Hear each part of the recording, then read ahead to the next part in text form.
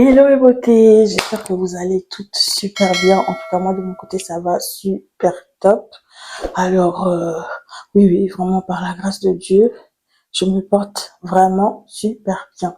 Alors, comme vous avez pu le voir sur le titre, aujourd'hui, je suis plus là pour vous faire une sorte de petit story time et témoignage en même temps voilà, de ce que j'ai vécu et tout, et aussi pour répondre à la question des personnes qui me demandent pourquoi je fais plus les vidéos, pourquoi je poste plus rien. Donc comme je me suis volatilisée juste comme ça et je reviens brutalement sur les petits réseaux sans explication, au fait, je voulais d'abord attendre, prendre du temps pour moi, voilà, me sentir bien pour venir aujourd'hui vous parler de ce qui s'est passé, pourquoi j'étais absente et tout. Donc là, je me sens un peu mieux, j'ai un peu repris les formes, la santé, donc ça va super top. Et mentalement aussi, je me sens bien. Donc là, je peux vraiment me poser pour vous raconter, vous partager mon témoignage tranquillement. Donc, en espérant que Dieu sera avec moi, il va m'aider à pouvoir mieux vous expliquer et raconter mon témoignage pour que ça puisse peut-être édifier plus d'une personne. Donc, sans plus tarder, on va passer directement aux, aux explications. Donc là, d'abord, la dernière fois que j'ai posté sur YouTube, c'était en août 2023. Ou novembre, si je me trompe. Non, je crois que c'est septembre. En tout cas, c'est entre ces mois-là. Et après ça, je me suis volatilisée. Vous avez plus de mes nouvelles. Je postais plus rien et tout. Et au fait, c'était pas intentionnel et ni voulu. Donc, comme on dit, Dieu, l'homme propose, Dieu dispose. Et voilà, c'est que, au fait, euh, je vais commencer par le début. Au fait, pour les gens qui me suivent sur YouTube, peut-être les réseaux sociaux, pas vraiment, vous pouvez, je pense que vous avez dû remarquer que je marchais à l'aide d'une canne. Donc, je marche tout d'abord à l'aide d'une canne. Pourquoi? Parce que j'ai 2 prothèses totales de hanche. Et du coup, la raison de mon absence, c'est que, au fait, je devais faire une intervention pour pouvoir changer la prothèse car elle s'était abîmée. Ça s'est usé au fil du temps. Mais avant que j'explique totalement le témoignage, j'aimerais essayer de rappeler, parce que j'ai beaucoup de story time et de témoignages à raconter. Mais avant ça, je vais commencer d'abord pour le tout dernier pour que, voilà, je me sens à l'aise et pouvoir poster les vidéos comme je veux sur YouTube. Après, pour les gens qui sont en Afrique ou les personnes avec qui j'ai étudié, mes proches vraiment qui me connaissent, ils savent que j'ai eu beaucoup de soucis de santé, surtout au niveau de mes membres inférieurs, ce qui m'a beaucoup dérangé et franchement, c'était pas facile. Et je sais que pendant cette période, je pleurais énormément et je sais qu'il y a eu un moment, bon, c'est peut-être pas important de le préciser, mais il y a un ami qui m'a aidé pendant cette période, qui m'a beaucoup soutenue quand j'étais malade. Et j'ai tellement désespéré que il a fait de son mieux pour voilà faire en sorte que je puisse pouvoir aller à l'église avec eux et tout, écouter les enseignements et ainsi de suite, parce que j'étais vraiment désespérée. Et je sais que tout le temps, quand je pleurais ou quand je priais, même quand je réfléchissais, euh, à chaque fois, je demandais à Dieu, Seigneur, s'il te plaît, pourquoi ça, pourquoi moi, pourquoi à mon âge, je n'ai même pas, parce que quand ça a commencé, j'avais même pas encore la vingtaine, hein. Je pense que j'avais 17 ans, 17-18 ans.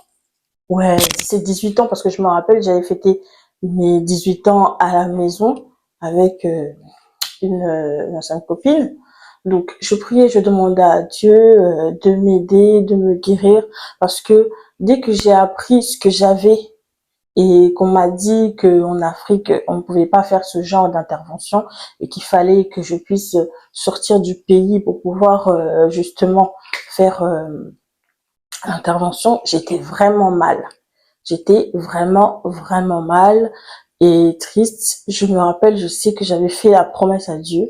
J'avais demandé de me guérir et j'avais dit que si il me guérit, j'allais témoigner de tous ses bienfaits dans ma vie. Vous savez, moi, je viens vraiment de loin. J'ai vécu tellement énormément de choses et au fait, toute ma vie, c'est un témoignage. C'est la grâce de Dieu. C'est grâce à Dieu que vous, aujourd'hui, vous pouvez me voir là, parler, discuter avec vous et tout. Si c'était pas lui, peut-être aujourd'hui vous n'auriez pas connu Vanessa et j'aurais peut-être pas pu me poser aujourd'hui pour voilà vous parler de tout ça. Après ça, quelques temps est passé et juste après le décès de mes parents, on m'a contacté justement pour me dire que tous mes démarches pour pouvoir sortir du pays, faire mes interventions étaient ok. Donc ça aussi, j'ai une histoire, je vous raconterai tout.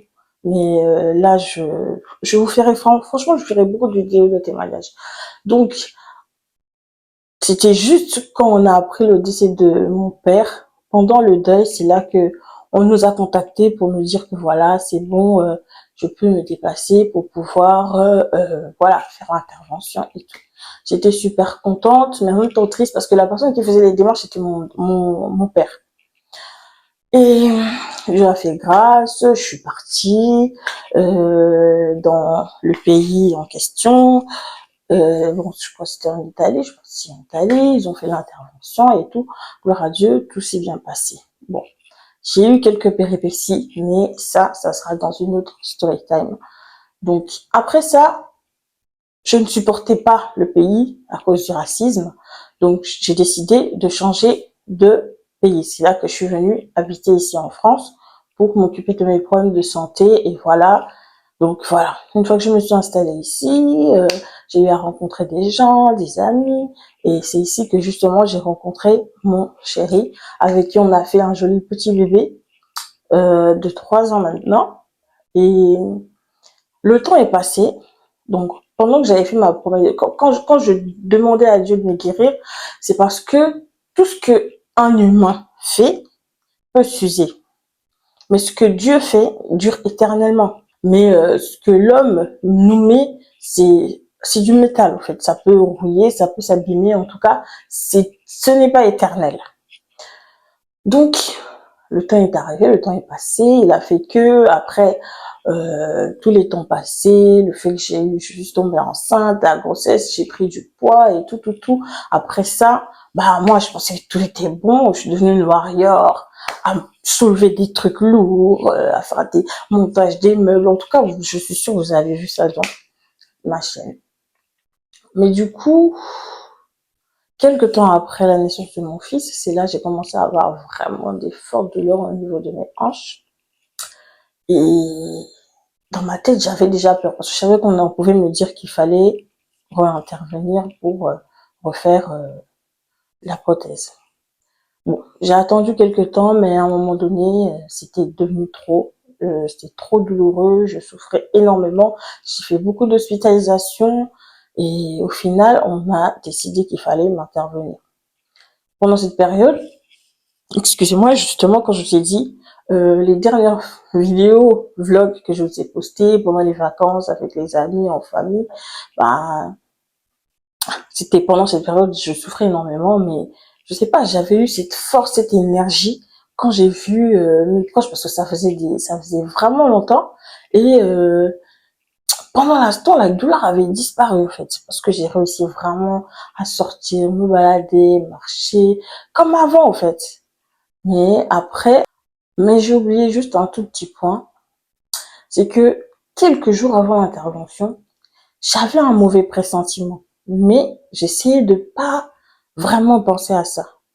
Je voulais pas vraiment m'attarder sur ça, sinon ça allait euh, me donner un sentiment de peur. Je risquais d'avoir encore plus peur et tout, et j'essayais de refouler ces pensées et toute cette négativité. Mais à ma manière juste de fonctionner, tout avait changé.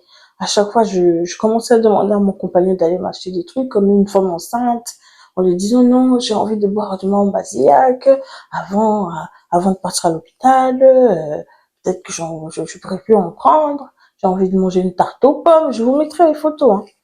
Un soir, j'ai organisé une soirée Netflix avec un gros plateau de nourriture, des petits trucs et tout. Voilà, j'avais des envies. Et à chaque fois, au fond, moi, je me disais, ah, peut-être que je pourrais plus prendre ça, je pourrais plus manger ça, je vais manger une dernière fois et passer un bon moment une dernière fois avec mon compagnon, mon chéri et tout. Et pendant que je disais ça, je me dis, mais arrête de parler comme ça, pourquoi tu parles comme si tu partais pour ne pas revenir? Tu penses à tout le temps, tu pourras le reprendre aussi quand tu reviendras. Mais bon, voilà, il a cédé quand même à mes caprices, il est parti, il m'a acheté ce dont j'avais besoin, et voilà. La date était arrivée, il fallait juste donc aller pour qu'on fasse l'intervention. Donc, avant que je vous raconte, je vais vous lire un passage de la Bible sur le livre de Matthieu 10, chapitre 32 à 33. Alors, je lis au nom du Seigneur. C'est pourquoi toute personne qui se déclarera publiquement pour moi, je me déclarerai moi aussi pour elle devant mon Père céleste. Mais celui qui me reniera devant les hommes, je le régnerai moi aussi devant mon Père céleste. Donc, si je vous ai lu ce passage de la Bible, c'est que, comme je vous ai dit, toute ma vie est un témoignage. Des fois, tu as envie de te mettre là, raconter les bienfaits que Dieu a fait dans ta vie, mais à cause de la peur de regard des autres, je te dis non, si je fais ça, j'aurai honte, ils vont parler sur moi, ils auront des sujets de moquerie sur moi, je serai mal à l'aise, patati patata. Surtout quand j'ai grandi et que voilà, maintenant j'ai un enfant, j'ai une belle famille et tout. Je me disais beaucoup, ah, ça ce sont mes trucs à moi, c'est mes secrets, c'est ma vie. Je vais pas me poser, le raconter, même si c'est un témoignage. Les gens peuvent se servir de ça pour me faire du mal, parce que on connaît l'homme aujourd'hui, surtout même dans les réseaux sociaux, on se sert toujours de la faiblesse de l'autre pour faire mal à l'autre, en pensant que ça nous donne encore plus de pouvoir et qu'on est plus fort, alors que non. Donc, moi-même, intérieurement, dans ma conscience, j'étais pas tranquille. Je me disais, mais tu aimes Dieu, tu pries, t'es l'enfant de Dieu, mais t'as honte de témoigner de tout ce qu'il a fait pour toi. Et ce verset est revenu dans ma tête. Donc, c'est comme, j'avais pas la Bible en direct, c'est revenu dans ma tête. Si tu me renies devant le Père Céleste, je te renierai aussi devant le Père Céleste. Pourquoi j'aurais honte des gens de ce monde? Moi, je vis et ma vie est dirigée par Dieu. C'est lui qui pourvoit à tous mes besoins, en fait. C'est lui qui me protège. Et le souffle de vie qu'aujourd'hui j'ai, franchement, je vous dis un conseil, il faut jamais considérer, prendre pour acquis, pardon, il faut jamais prendre pour acquis la vie, le souffle de vie qu'on a, la bonne santé, la joie et la paix intérieure. Faut jamais le prendre pour acquis, surtout la santé et le souffle de vie. Parce qu'on a un claquement de doigts, bah, on peut partir.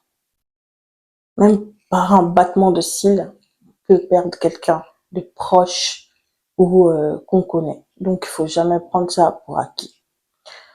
Donc, pourquoi je vous ai lu ce verset? Donc, je vous ai expliqué.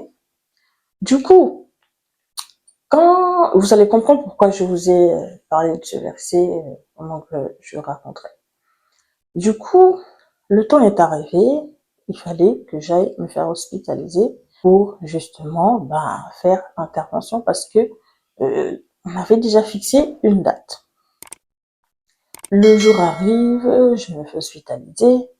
Le soir, je me rends compte que j'ai oublié ma trousse de toilette. Donc, je suis en communication. Excusez-moi, je suis en communication avec mon compagnon au téléphone et je lui dis, voilà, j'ai oublié ça, ça, ça. Est-ce que tu peux me ramener ça demain matin? Il me dit, oui, il n'y a pas de souci. On arrive, la nuit arrive et tout. Donc, le jour arrive, J'ai fini de discuter avec le téléphone, je dors. Le matin, on vient me chercher pour aller dans la salle d'op. Et c'est là que je commence vraiment à avoir peur et à paniquer, mais je le cache pour moi, tout au fond de moi, sans que qui que ce soit se rende compte. On a fait la prière et tout, mais pendant l'attente, parce que quand on arrive, tu rentres pas directement dans la salle d'op, des fois on te laisse au couloir jusqu'à ce que le médecin, justement, qui est chargé de faire l'intervention, arrive. C'est là qu'ensuite on te fait rentrer, on commence à te préparer et tout, tout, tout. Pendant ce temps, moi, je paniquais, j'étais pas bien, je priais au fond de moi, même les infirmières, ils ont remarqué que j'étais pas bien, et ils étaient là à me reconforter, non, mais ne vous inquiétez pas, madame, ça va bien se passer, papa, papa, papa. On rentre à la salle d'op, on me dit, bon, allez, comptez jusqu'à 5, jusqu'à 10 et tout. Je dis, oh, vos trucs de compter jusqu'à 10, ça ne, je m'endors. Donc vraiment, les derniers souvenirs de ce jour que j'ai, c'était ça. Je m'endors après, je me rappelle plus de rien. Je me rappelle plus de rien. Je me réveille, je vois flou, j'arrive pas à respirer. J'ai des trucs partout sur moi. Je ne sens pas ma jambe opérée. Elle est lourde que je peux même pas la bouger. Donc, comme si on m'avait mis une tonne de ciment sur la jambe. Et c'était lourd, j'arrivais pas à le bouger. Je me réveille le matin, je vois juste des gens qui viennent me laver, me nourrir et tout. Mais moi, j'ai quelque chose dans la bouche, je peux pas parler. Et quand je demande un papier pour écrire, je sais même pas écrire non plus. Mais pendant ce temps, voilà, il y a des médicaments qu'on me donnait. C'était genre, comment j'ai oublié le nom, je sais plus. C'est des médicaments tellement forts que ça me donnait des hallucinations. Je dormais, on me donnait des trucs pour dormir parce que je souffrais énormément à cause de la douleur. Donc, je vous dis, c'était vraiment horrible et pas facile. Franchement, moi j'ai souffert, hein. Je viens de loin. Chaque fois, je viens de loin. Je me réveille, bon, je commence à reprendre un peu confiance. Je vois que les gens viennent me rendre visite. Mon compagnon vient me rendre visite. Bon, en fait, ça va tourner en story time pour rien. Je vais essayer vraiment d'être bref. Mon compagnon, quand il vient me voir, je ne veux pas le sentir, et je suis tout le temps énervée et tout. Bon, les temps passent, petit à petit, je commence à récupérer, mais toujours ma jambe, problème. Donc, j'arrive pas. Quand je reprends bien conscience, je me pose et tout, justement, le médecin qui m'a fait l'intervention et tout, il vient et il me dit, ah, franchement, la miraculée, est-ce que vous allez bien? Moi, je dis, hein, la miraculée, je m'appelle Vanessa. Bon, même, oui, je m'appelle Vanessa et tout, oh, mais non, madame, est-ce que vous savez ce qui s'est passé? Je dis, non. Bon, tiens, dit, oh, je vais vous expliquer et tout. Est-ce que vous avez remarqué que vous avez quelque chose sur vous, là? Bon, j'étais pas vraiment encore bien consciente avec tous les médicaments qu'on me donnait, j'étais pas bien, donc j'ai même pas fait attention à mon corps. C'était juste mon pied qui me gênait tellement c'était lourd et douloureux que j'ai même pas calculé le reste. Tu sais, elle commence à me raconter. Au fait, madame, votre intervention s'est très mal passée. Je dis, hein? Elle me dit, oui, ça s'est très mal passé et tout. Là, je vous raconte avec énergie parce que ça va, hein. Mais c'était dur. Ça s'est très mal passé, au fait. Lorsqu'on a terminé de mettre la prothèse et tout, une fois qu'on était en train de refermer, c'est là directement vous avez fait des crises cardiaques. Je dis quoi? Des?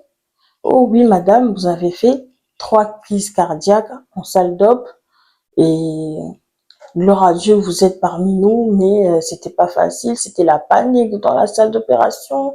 Le médecin qui avait fini la jambe, il arrête un peu parce que le plus important c'était justement de vous maintenir en vie. C'était vraiment la panique. on a commencé à essayer de vous réanimer, faire en sorte que vous reveniez à vous, bah, vous avez refait une deuxième crise. Et à chaque fois, quand on entendait, en tout cas, vous avez fait au total 3 crises cardiaques dans la salle d'eau. Je dis 3? Oh oui. Oh, mais c'était dû à quoi? Oh non, au fait, il y a une graisse pendant qu'on opérait la jambe qui s'est faufilée dans les vaisseaux sanguins, les veines et tout, et est partie se loger dans le cœur. Hein? Quand il a dit cœur, j'ai pas compris, j'ai fait ça. Je vois une grande cicatrice tout le long de mon corps. Je fais, ah, c'est quoi ça? J'ai dit, madame, ne paniquez pas, restez calme et tout. Voilà, je vous raconte parce que vous avez le droit de savoir ce qui s'est passé. On peut pas vous laisser comme ça dans l'ignorance. Du coup, on dit non, ça s'est logé dans le cœur. Et c'est là que vous avez fait une crise cardiaque. Après, le petit morceau de graisse, c'était un caillou de sang qui est parti une deuxième fois se loger encore dans le cœur. On a vraiment cru qu'on allait vous perdre. Franchement, c'était la panique. Après, vous avez fait des embolies pulmonaires. Des trucs que j'ai jamais fait de toute ma vie. Vous avez fait une embolie pulmonaire, sans compter les cailloux et les graisses, les, le sang, les cailloux de sang qui sont logés dans votre cœur. Du coup, on a été obligé de vous opérer, vous ouvrir le thorax pour pouvoir retirer tous ces cailloux pour essayer de vous maintenir en vie. Mais ça a été difficile parce que justement, vous n'arrivez plus à respirer correctement, donc votre cœur n'arrivait plus à bien pomper le sang ou quelque chose comme ça pour vous permettre de bien respirer de vous-même. D'où on a été obligé de vous mettre une machine qui vous aider à respirer et vous aider à vous maintenir en vie jusqu'à ce que votre cœur reprenne un peu plus de force pour battre et que vous puissiez respirer de vous-même. Donc, pendant qu'il racontait tout ça, moi j'étais là, j'étais comme ça. Je parlais pas. J'ai commencé à pleurer ce moment. Je vous raconte comme si c'était de la blague, mais voilà. Si je vous raconte pas comme ça, j'ai pas envie justement de transmettre la tristesse ou quoi que ce soit. C'est un témoignage, moi je vous raconte parce que pour moi c'est quelque chose, voilà, c'était un moment très difficile pour moi, mais Dieu m'a fait grâce. Je suis encore en vie aujourd'hui. À l'hôpital, à chaque fois que j'arrive, tout le monde m'appelle la miraculée. Donc, quand il me dit que, voilà, on a dû vous mettre une machine pour vous permettre à respirer, mais après ça, vous avez été dans le coma. Je dis quoi? Comment encore? Oh oui, franchement, c'était pas facile, mais gloire à Dieu, aujourd'hui, vous êtes là, ça va mieux. Et à chaque fois, on venait, on faisait des radios de thorax pour vérifier que je n'ai pas refait une autre embolie pulmonaire. Quand je commençais vraiment à reprendre conscience, je me rends compte maintenant de toutes les cicatrices que j'ai sur moi. Le temps passe et tout, pendant que mon chéri venait me voir à l'hôpital. Le jour où vraiment, j'ai vraiment bien repris mes esprits. En tout cas, je vous ferai aussi une story time parce que j'ai vécu des choses à l'hôpital. Non. Les jeunes là qui rentrent maintenant dans les hôpitaux, ils sont en train de tout gâcher. Ils sont en train de gâcher le travail de tous les médecins, professeurs qui étaient là. Non, je vais vous faire une story time. J'ai vécu des choses à l'hôpital. J'ai vécu des choses. Le personnel soignant. Les personnels soignants. Dieu vous voit. Donc, je reprends totalement conscience. Il y a ma famille qui commence à venir et tout. Bon, ça, je vous raconterai si vous voulez. Si vous voulez vraiment que je vous raconte en détail comment les choses sont passées, je vous ferai une story time pour raconter vraiment comment ça s'est passé. Mais ce dont je me rappelle, c'est que justement, pendant mon coma, parce que ce n'est pas donné à tous, pour moi, je dirais c'est une grâce. Dieu m'a montré plein de choses. Pendant mon coma, j'ai eu à voir beaucoup de choses qui, je sais pas, moi je pense que c'était une façon de m'avertir pour essayer de me remettre vraiment bien sur son chemin et peut-être à travers moi aider d'autres personnes, essayer d'instaurer la paix et des choses sur ce monde, comment ce monde est, le monde il est foutu. Je vous dis, Jésus revient bientôt. Hein. Répentez-vous, répentez-vous les amis. Suivez le chemin de Jésus, priez Dieu. Hein. La vie ne tient qu'à un fil, vous pouvez partir comme ça. Oh, moi, je tombe jamais malade, j'ai pas de soucis. Moi, pendant que j'étais à l'hôpital, j'étais avec des gens toute leur vie, ils sont jamais tombés malades, mais en un claquement de doigts, mais des cas, non. Donc, pendant le coma, je sais qu'il y a un moment où je me rappelle, c'est comme si je me battais avec les choses du monde, comme si je me battais vraiment pour essayer de récupérer ma vie. J'entendais de loin, on me dit, Vanessa, bats-toi, bats-toi, reviens vers nous, viens récupérer ton cœur, respire, Vanessa, reviens. Et à chaque fois, c'était le même rêve qui se répétait. Donc, je sentais comme s'il y avait quelque chose, une puissance, un truc qui me poussait vers des distractions. Moi, je veux suivre mon chemin pour aller récupérer justement mon cœur. Dans le rêve, je raconte juste une partie. J'ai vu tellement de choses que je risque de faire des heures, donc je raconte juste une petite partie. Donc, j'entendais de loin, Vanessa, allez, bats-toi, tu peux le faire, on a besoin de toi. Allez, viens, bats-toi, regarde, ton cœur, il est là. Hein. J'avais des obstacles, des trucs qui me... Ah non, j'ai vu plein de choses.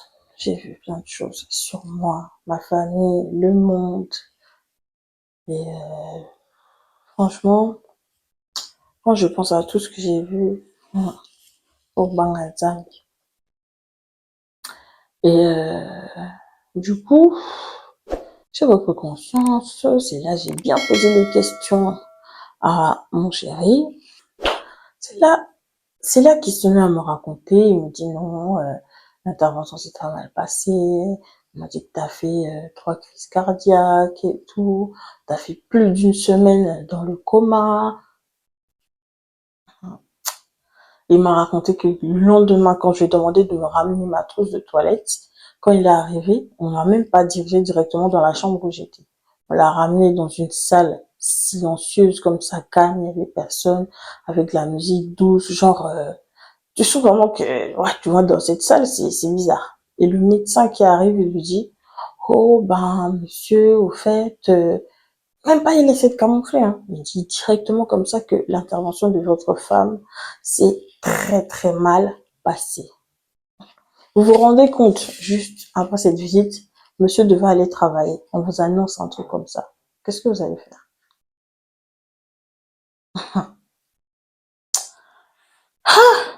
Ah non. Donc ce jour-là, il était perturbé. Perturbé. Il n'était pas bien. Mais je remercie vraiment Dieu parce que il a mis, à chaque fois que j'ai été dans la difficulté, il faisait toujours de son mieux pour mettre quelqu'un auprès de moi, pour m'aider à surmonter toutes les épreuves que j'ai eu à subir dans la vie. La conclusion sur cette chose, je dirais que l'intervention s'est très mal passée, j'ai failli perdre la vie. Il y a les membres de ma famille qui venaient, faisaient des prières pour m'aider à reprendre conscience, prier pour moi. Il y a la marraine de mon fils, ma copine. Déjà, cœur sur toi, Déborah. Franchement, t'es une fille en or. Et, ah, non. Il faut avoir des amis comme Déborah dans vos vies. Elle, c'est une vraie. Pendant que j'étais dans le coma, elle venait me rendre visite à l'hôpital. J'étais dans un état, je peux mettre la photo, mais je vais flouter parce que j'étais pas habillée. Vous voyez, j'étais un peu nue. Et elle venait. Parce qu'on m'a dit pendant mon coma, il y avait du sang qui sortait de partout. Les yeux, le nez, la bouche, les oreilles. À chaque fois, on devait m'essuyer. Mais elle a même pas eu peur de toutes ces choses. Elle est venue avec mon chéri pour me rendre visite. Elle me prenait la main. Moi, je vous raconte ce qu'on m'a raconté, hein. C'est pas comme si j'étais présente. Donc, elle était là, elle est passée, elle priait. Vanessa, reviens, ton fils a besoin de toi. On a besoin de toi, ne fais pas ça, patati patata. Il y a ma famille qui sont venus et tout. Ils venaient prier, il y en a qui venaient de très loin. Ils sont venus en voiture pour me rendre visite pendant que j'étais dans le coma. Même ceux qui étaient ici sur Paris, franchement. Et j'ai des cousines en or. Ah non. T'es Nalela Bino, Eva, Gladys, Yelia. Non. Merci. Merci Seigneur. Je fais des gros bisous à So, Betty, il y a Christelle. Ah non. Eh. Ah. Quand je dis Dieu sait mettre les bonnes personnes autour de vous quand vous en avez le plus besoin. Et c'est souvent certaines personnes que l'on rejette qui sont justement plus importantes et qui, eux, vous aiment vraiment d'un amour véritable. Mais ceux dont vous vous aimez, vous pensez qu'ils sont là pour vous, mais en fait, mascarade. Ah oui. Comme j'ai dit, j'ai eu à avoir beaucoup de soucis de santé pendant mon enfance. Et j'avais aussi des amis, mais il n'y a personne qui est venu me rendre visite jusqu'à l'hôpital parce que oui, je me faisais beaucoup hospitaliser. Et juste le fait que ma copine est venue me voir pendant que j'étais dans le coma, c'est un truc qui m'a marqué à vie, en fait. À vie. Ah oui. Même pour des petites choses, ça m'a marqué à vie. Et il y a eu aussi des maris, comme mon Dani à moi. Franchement, que Dieu le bénisse énormément. Avec tout ce qui se passe dans le monde, ici en France, tomber sur une personne qui a la tête sur les épaules, qui est là pour bosser et qui t'aime d'un amour vrai et véritable, c'est rare. Parce que sans vous mentir, j'ai fait 6 mois d'hospitalisation. Hein. 6 mois d'hospitalisation parce qu'après, j'arrivais pas à marcher, il fallait un peu faire des kinés. Euh, je vous raconterai. Donc, je me sentais bien, je retourne dans la salle où les personnes se sentent mieux, je retourne encore où il y a les salles de réanimation, des personnes qui sont intubées, tout ça. Non, j'ai subi des choses. Et j'ai eu toutes ces personnes merveilleuses autour de moi pour m'aider à tenir. Franchement, merci. Merci à toutes ces personnes. Et surtout à mon chéri, je te fais des gros bisous. Que Dieu te bénisse énormément d'avoir été là pour moi. Voilà, tu n'as pas lâché l'affaire. Je remercie aussi toutes les équipes qui se sont concertées pour prier pour moi. Il y a notre groupe WhatsApp avec le berger Toutou, Diakenda de Philadelphie, si je me trompe pas, euh, qui ont pris leur temps pour prier pour moi quand j'étais dans le mal. Franchement, que Dieu vous bénisse. Il y a eu je sais pas si vous connaissez à Philadelphie, il y a les jeunes de Bunda 21 jours et tout. Il y a mon chéri qui a jeûné pendant 21 jours avec les membres de ma famille pour prier pour moi, les membres de sa famille, ma belle famille. Ses parents, ils ont prié pour moi. Son papa même, il venait me rendre visite très souvent à l'hôpital. Donc, je ne pourrais pas oublier tout ça. Franchement, que Dieu les bénisse. Il y a la sœur Lucille, maman Marianne, de la famille Impact Centre Chrétien, les familles d'Impact, parce que moi je prie à l'ICC de Croissy-Beaubourg, je ne me trompe pas, oui. Et Merci vraiment au pasteur Yvan de faire ces cellules de prière des autour de nous, quoi. Parce que si j'avais pas aussi cette famille d'impact à côté de chez moi, j'aurais pas connu les sœurs qui m'ont soutenue dans la prière. Elles sont venues me rendre visite pendant la période des fêtes parce que moi je me suis fait hospitaliser de novembre de 2023 jusqu'en 2024. Donc j'ai passé les fêtes à l'hôpital. Donc ils sont venus me rendre visite, ramener des cadeaux. Marianne, même, elle-même, elle était fatiguée, mais quand elle est arrivée, dès que j'ai dit j'ai mal aux pieds, ils étaient là à me masser. Christelle qui me massait, ma cousine Léa qui me massait énormément parce que ma jambe était devenue tellement lourde que j'arrivais pas à le bouger. Quand je disais au médecin, les kinés, ils faisaient rien à part me mettre des machines et me forcer à plier et tout alors que je sentais pas ma jambe. C'est grâce à tous les massages que mes cousines m'ont fait que j'ai réussi à bouger mes doigts et à ressentir ma jambe. Donc, après le travail, il devait venir me rendre visite. Il y a eu ma tante Jojo, qui m'a fait à manger, mon oncle avec sa femme, il y a eu mon cousin aussi. Non, franchement, merci beaucoup d'avoir été là pour moi et que Dieu vous bénisse énormément. Donc, euh, donc c'est pendant toute cette période que ce verset, comme je vous ai dit, de Matthieu, revenait dans ma tête. Je me suis dit non, là, il n'y a pas de honte à avoir. Il faut que je témoigne parce que non, Dieu fait des merveilles. Franchement, il fait vraiment, vraiment des merveilles. Comme je vous ai dit, j'ai beaucoup d'autres témoignages à faire. Restez connectés, abonnez-vous, activez la cloche de notification et voilà, on pourra partager tout ça ensemble et vous raconter un peu, vous donner les témoignages de tout ce que Dieu a fait dans ma vie. Parce que j'aurais pu partir, mais lui, il a permis de me redonner encore ce souffle de vie et être là parmi vous pour pouvoir vous parler comme ça et témoigner de tous ses bienfaits. Donc, après ça, je suis allée en centre de rééducation. C'est là que j'ai connu aussi des très belles personnes, ma voisine, euh, Madame Elisabeth. Je ne crois pas que je l'appelais Madame Maïssa, Isabelle, il y a Fatou, il y a Sidonie, il y a Zara, il y a Emmanuel, il y a Mohamed, il y a qui encore? Ah non, c'était genre notre petit groupe. Même si on était malade, mais on essayait de vivre un peu normalement. Parce que moi, je suis timide, ils m'ont aidé à sortir un peu, faire connaissance avec les autres. On allait prendre notre petit thé dans un petit café qui est justement dans l'hôpital. Et c'est grâce à eux que j'ai pu récupérer, avoir aussi le sourire. Et voilà, parce que pendant tout ce moment-là, je m'inquiétais énormément pour mon fils. Il était encore tout petit. Il avait besoin de moi et moi, j'étais pas là.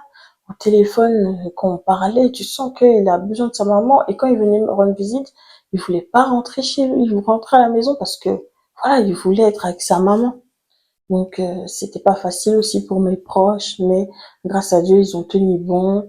Et je dis, à un moment, je pensais que mon fils s'était détaché de moi parce qu'il était devenu plus proche de son papa. Normalement, il est souvent avec moi. Mais là, maintenant, je vous dis, c'est carrément mon ombre. Je vais aux toilettes, il me suit. Je suis dans la cuisine, il me suit. Je vais brosser les dents, il me suit. Dans la chambre, il me suit partout. Partout, partout. Et grâce à Dieu, j'ai pu, parce que quand je suis revenue pendant l'hospitalisation, j'ai fait une petite dépression. Quand je suis sortie aussi, donc je me sentais vraiment pas bien. C'est pour ça que je vous dis, il faut pas non plus négliger tout ce qui est santé mentale. La dépression, c'est vrai, ça existe. Peut-être qu'à qui vous n'avez pas le temps de penser à tout ça, parce que vous avez toujours des distractions, mais ça existe, ça existe. Ne prenez pas ça pour de la blague. Quand ça va pas, allez consulter un psy. Moi aussi, j'étais contre ça, mais je vous jure que ça fait du bien, ça vous détend un peu de parler à une personne qui vous connaît pas et n'aura peut-être pas le temps de vous juger comme vos proches, vous voyez. Et beaucoup prier, laissez tout entre les mains de Dieu, parce que dans la Bible il est écrit Lui-même, il a dit, venez à moi, vous tous qui êtes fatigués et chargés, et je vous donnerai du repos. Donc, comme je dis, voilà, j'ai récupéré petit à petit, je commence à récupérer le sourire, j'essaie de sortir un peu, je récupère vraiment très bien, et tout ça grâce à Dieu. Et plus je prie, plus je me sens bien, donc je ressens cette paix intérieure qui revient. Parce que j'avais un vide en moi, mais il y avait que lui qui pouvait le combler. Donc après quelques temps, je suis allée en salle de rééducation où j'ai connu toutes les personnes dont j'ai cité le nom et voilà, j'ai pu récupérer l'usage de mes deux jambes. Je vous mettrai les vidéos, hein, mes deux jambes. Et après un moment, 3 mois après, c'est là que je suis sortie. Mais les week-ends, je sortais voir mon fils et je rentrais et c'était une période vraiment difficile. Quand je venais le week-end, quand je partais le dimanche, c'était des pleurs. Tu vois ton fils, il reste à la maison, toi tu rentres à l'hôpital, et il veut pas que tu partes, il pleure comme si tu l'as abandonné. Au fait, tu te sens, on dirait, culpabilisé de l'intérieur. Gloire à Dieu, je suis rentrée chez moi et je suis auprès de ma famille et je me porte bien. Comme je vous ai dit, restez connectés, abonnez-vous, surtout partagez énormément.